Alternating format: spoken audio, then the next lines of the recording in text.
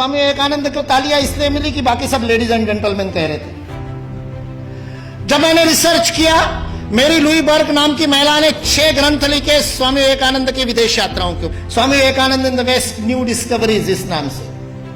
वो मेरी लुई बर्ग ने शिकागो की उस धर्म सभा में उपस्थित जो श्रोतागण थे उसके प्रत्येक के साथ संपर्क किया, जो जीवित थे, जो जीवित नहीं थे उनके वंशजों के साथ, उनकी डायरिया खंगाली, उसके पूरे मिनट्स पढ़े। और उसके बाद में वो कहती है स्वामी विवेकानंद पहले व्यक्ति नहीं थे, चौथे व्यक्ति थे। उनसे पहले 3 लोगों ने ब्रदर्स एंड सिस्टर्स नाम का संबोधन किया था। श्रीलंका से एक बौद्ध साधु गए थे, धम्मपाल अंगीकारा, उन्होंने किया था। एक बौद्ध भिक्खु जापान से आए थे, उन्होंने भी यही बंधु और भगिनी वाला संबोधन किया था। और तीसरे प्रताप चंद्र मजुमदार थे, जो भारत से ही गए थे, थियोसॉफिकल सोसाइटी के प्रतिनिधि थे, उन्होंने भी किया था। स्वामी विवेकानंद चौथे थे। उस सभागृह ने पहले 3 बार वो संबोधन सुना था, उसके बावजूद नाविन्य के कारण तालियां नहीं बजी थी 2.5 मिनट तक।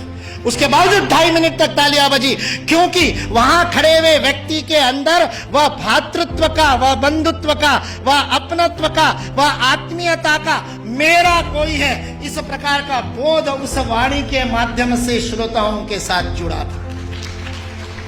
सुभाष चंद्र बोस बहुत जबरदस्त वक्ता थे, मुर्दे को जगा दिया उन्होंने। अपनी पूरी आजादी सेना युद्धबंदियों में से तैयार की थी।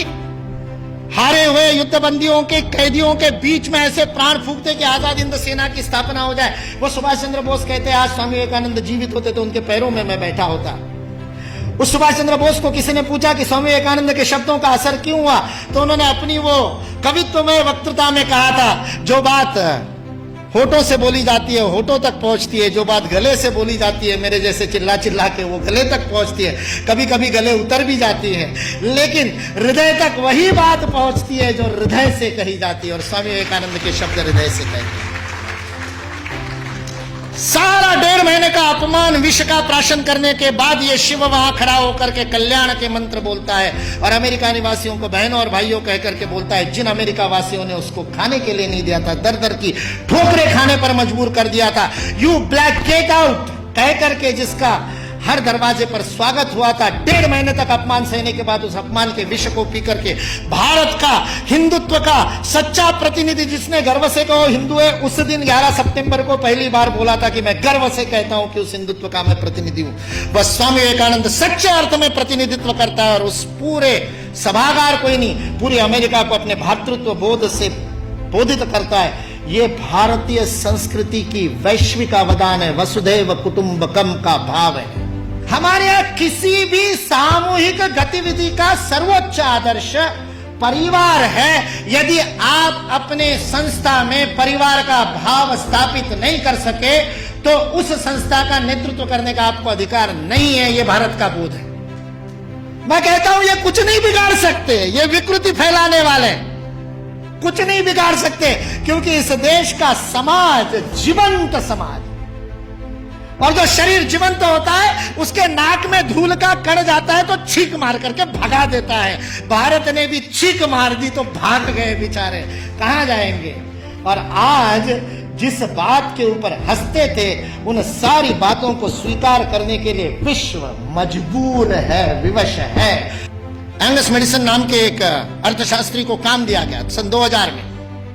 जिस कालगणना की आप दोनों ने बात की, उस कालगणना में 1000 की गिनती बड़ी महत्वपूर्ण थी, क्योंकि बाइबल में लिख दिया कि 1000 वर्ष जब पूरे हो जाएंगे तो मिलेनियम पूरा होगा।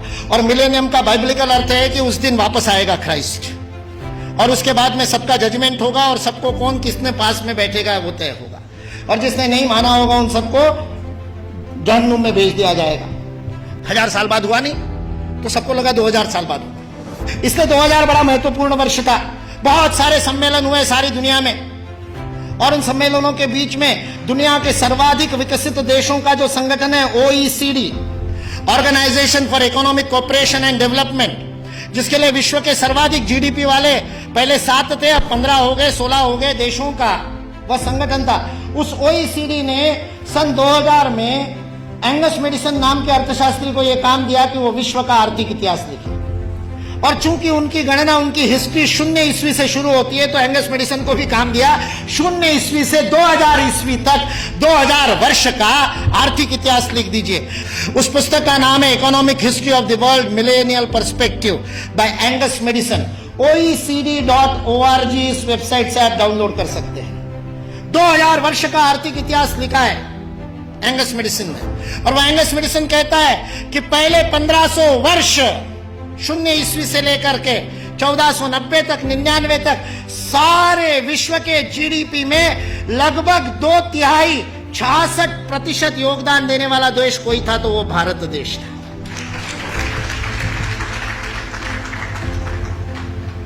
मैं सोच रहा था, इतिहास का मैं विद्यार्थी हूं, आपके जैसा इतना अध्ययन तो नहीं किया, लेकिन मैं सोच रहा था ये 1500 से क्या संबंध है। तो पता चला वास्को दी गामा 1498 में आया था। और मतलब उसने भारत को खोजा, ऐसा हम लोग भी लिखते हैं, तो उससे पहले कोई गुम हो गया होगा। जो गुम हुआ भारत था वो विश्व के 2/3 जीडीपी को प्रोड्यूस करने वाला, और केवल प्रोड्यूस करने वाला नहीं, विश्व को समृद्धि का अवदान देने वाला, वितरण करने वाला। विल ड्यूरांड अमेरिकन इतिहासकार है, 11 खंडों में उसने लिखी है हिस्ट्री ऑफ सिविलाइजेशन। वह विल ड्यूरांड लिखता है सारे विश्व को संपदा का वितरण करने वाला कोई देश होगा तो वह देश भारत देश है। वितरण शब्द प्रयोग किया है, लेन देन नहीं, वितरण करने वाला देश। सारे दुनिया में हमारे व्यापारी जाते थे।